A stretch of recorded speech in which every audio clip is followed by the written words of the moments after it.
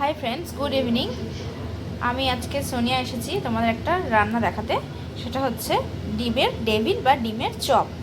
তো তার জন্য এই দেখো, আমি আগে এখানে ডিম সেদ্ধ করে নিয়েছি, আর এখানে আমি এই চোকলা সমেত আলু সেদ্ধ করে নিয়েছি। চোকলা সমেত আলু সেদ্ধ করার কারণ হলো এতে আলুর যে একটা স্টিকিনেস থাকে সেটা বজায় থাকে। ডিমের এটাকে তো অর্ধেক করে এর মধ্যে আলুটাকে কোটিং করতে হবে, তোমাদের দেখিয়ে দেবো প্রসেসটা। তো সেই সময় এইটা যদি একটু স্টিকি থাকে আলুটা, তো খুব সহজেই ডিমের সাথে আলুটা লেগে যাবে।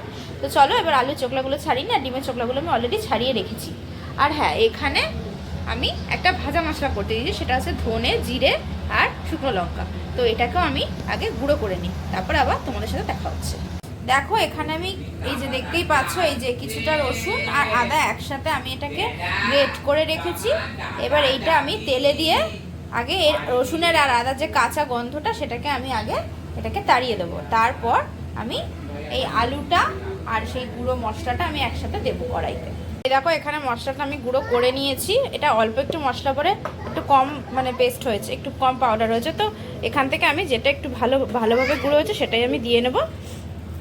আর এখানে এই যে মা এই আলুটাকে চটকাচ্ছে মশলার সাথে, আর এখানে আমি এর মধ্যে একটু নুন দেব, এটাও স্বাদ অনুযায়ী দেব। আর একটু লাগবে নুন। আচ্ছা, এবার আমি মশলাটাও দিয়ে দেবো।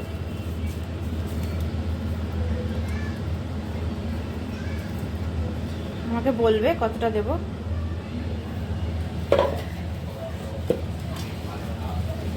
দেখো মশলা পুরোপুরি লেগেই গেল মোটামুটি। তো এবার আমি এটাকে এই কড়াইটা বসিয়ে এর মধ্যে এটাকে টেলে আলুর যে একটা জল থাকে সেই জল ভাবটা টানাতে হবে। তো চলো কড়াইটাকে বসিয়ে দিই গ্যাসে। আমি কড়াই বসিয়ে দিয়েছি, আর আমি এর মধ্যে দিয়ে নেব অল্প একটুখানি তেল। চলো দিয়ে নিই তেলটা। এই দেখো না, দেখো আমার কোলে উঠে বসে আছে। আমি কি করে তেল দেবো, তাই মাই তেলটা দিয়ে, এই যে মা একটু তেল দিয়ে দিলে, একদম অল্প একটু, যেটুকু না দিলে নয় সেইটুকু। তো এটা গরম হলে এর মধ্যে রসুন আর আদাটাকে ছেড়ে দেবো। এটা গরম হয়ে গেছে, এবার আদা রসুনটা মাই ছেড়ে দেবে।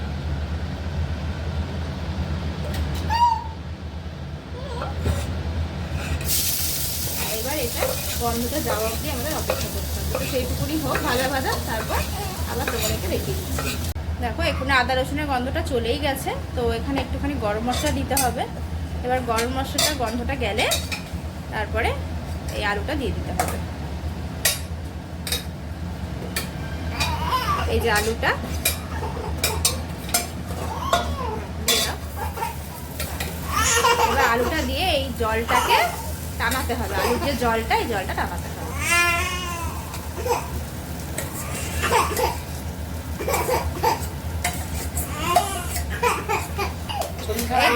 এই দেখো এটা মাখামাখি করা হয়ে গেছে মশলার সাথে। দেখতে তো ভালোই হয়েছে, খেতেও আশা করি ভালোই হবে। তো আলুটা দেখেছো, আমি বলেছিলাম না চোকলা শুদ্ধ আলুটা সেদ্ধ করার সময় স্টিকি স্টিকি ভাবটা থাকে, দেখো সেটা রয়েছে, ঠিক আছে, স্টিকি ভাব রয়ে গেছে। তো এটা আর বেশিক্ষণ টানাতে হবে না, আর একটু শুকোলেই এটা নামিয়ে দেওয়া যাবে। দেখো ওখানে তো মশলাটা আমি দেখালাম কেমন করে তৈরি করলাম, পুরটা, আলুর পুরটা। আর এই রেসিপিটা সম্পূর্ণ যদিও মাই করছে, আমি একটু একটু হেল্প করছি, তোমাদের সাথে সেটা শেয়ারও করে দিচ্ছি। দেখো ডিমটাও মা কেটে দিল, এরকম মাঝখান থেকে দু ভাগ করলো। এইবার আসল মেন কাজটা করতে হবে, সেটা হচ্ছে এইগুলোর ডিমের এই পাশে আর ডিমের সামনের দিকে দুদিকে আলু দিয়ে বেশ গোল গোল যে করে দোকানে যেরকম ডিমের চপ বানায় বা ডিমের ডেভিল বানায়, ওরকম একটা শেপ আনতে হবে। তো চলো এবার ওটা স্টার্ট করো। দেখো এটা এরকম দেখতে হয়েছে। তো ঠিক আছে, তোমাদের আর একটা একবারে লাইভ করে দেখাচ্ছে, মা করছে, তোমাদের আমি দেখাচ্ছি।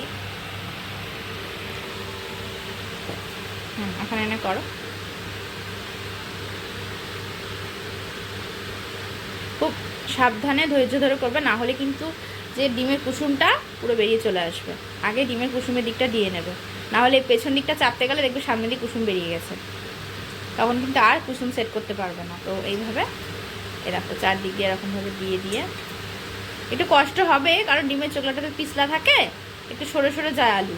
ওই জন্যই আমি বারবার বলছি যে আলুর চোকলাটা সবসময় রেখে সেদ্ধ করবে, তাহলে আলুর স্টিকি ভাবটা থাকবে, তাতে একটু হবে। আর যাই বলো, বাড়িতে রান্না, দোকানের মতন তো অত তাড়াহুড়ো করে বা অত তাড়াতাড়ি করে দেবে না, ওদের করে করে একটা অভ্যেস হয়ে গেছে। তো যাই হোক, ভালোই হচ্ছে, তাও বাড়ির রান্না অনুপাতে যথেষ্ট সুন্দর দেখতে হচ্ছে। তোমরা দেখো, তোমরা এভাবে করবে, আমার আশা করি পারবে। দেখো, খুব বেশি কোটিং দেওয়ার দরকার নেই, তাহলে আবার ভাজার সময় পুরো আলু খুলে বেরিয়ে আসবে। এইটুকু না দিলে নয়, ঠিক সেইটুকু কোটিং দিয়ে এরকম একটা শেপ। দোকানে একটু গোল গোল করে, এখানে তো গোল গোল করার দরকার নেই, কারণ গোল গোল করতে গেলে আবার ভেঙে যেতে পারে। তো সেই জন্য খুব সহজ পদ্ধতিতে তোমাদের দেখিয়ে দিচ্ছে, যাতে তোমরা ঘরেও এভাবে ডিমের চপ বানিয়ে খেতে পারো। দেখো, একটু বেশি হয়েছে, তাই জন্য একটু খুলে রেখে দিচ্ছে আলু। এই আলুটা থাকলেও অসুবিধা নেই, এটা দিয়ে আরও কিছু করাও যেতে পারে, আলু পরোটা ফটা করে খাওয়া যেতে পারে, সেই জন্য অনেকটা বেশি করে দেবেও না। দেখো, দুটো রেডি হয়ে গেল, মানে একটা ডিম রেডি হয়ে গেল।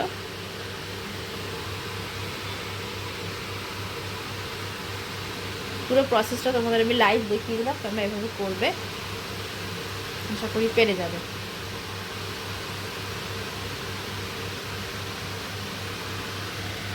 এই দেখো, দুটো হয়ে গেল, মানে একটা গোটা ডিম এইভাবে হয়ে গেল। তো চলো, আর এই যে বাদ বাকি যা ডিম আছে এগুলো এবার করে নিক মা, তারপরে আমি আবার তোমাদেরকে ভাজার সময় দেখাচ্ছি। দেখো, এখানে ডিমের চপগুলো সম্পূর্ণ রেডি হয়ে গেছে, আর শেপটা একদম দোকানের মতনই হয়েছে, খুব সুন্দর হয়েছে। আর আমাদের মেন ইনগ্রিডিয়েন্টস যেটা বেসন আর ব্রেড ক্রাম্বস, আমি তোমাদেরকে দেখে দিচ্ছি, এটা লাগবে। বেসনটাকে গুলতে হবে জল দিয়ে। আর এখানে আছে এই যে সর্ষের তেল। আর আমি যতক্ষণই ব্যাটারটা গোলা হবে ততক্ষণ আমি গ্যাসটা জ্বালিয়ে দিয়েছি, আর এখানে আমি সর্ষের তেলটা গরম হতে দেবো, আর তোমাদের দেখিয়ে দেবো ব্যাটারটা কীভাবে গোলা হবে।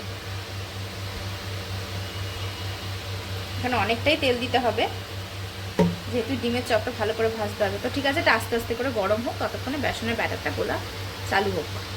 দেখো, এখানে বেসন কম পরিমাণে নেওয়া হচ্ছে, জাস্ট কোটিং করার জন্য। এই বেসনের মধ্যে একটু নুন দেওয়া হয়েছে, অল্প একটু, আর একটুখানি জল দিয়ে এটাকে এটা একটু পাতলা একটু ভারী মতন এটাকে গুলে নিতে হবে। দেখো, একদম প্রথমেই এক গাদা জল দিয়ে দেবে না, তাহলে আবার বেসন দিতেই থাকবে, আর বেসন তারপর বেঁচে যাবে, কারণ এতে বেশি বেসন লাগে না। জাস্ট ব্রেড ক্রাম্বসটা যাতে গায়ে লাগে চপটার, সেই অনুযায়ী দিতে হয়।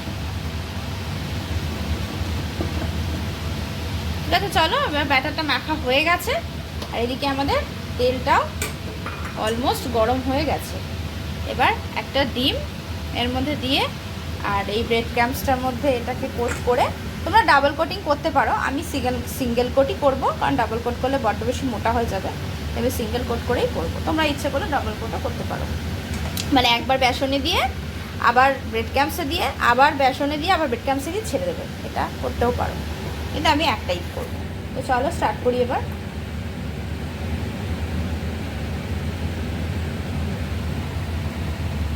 এই যে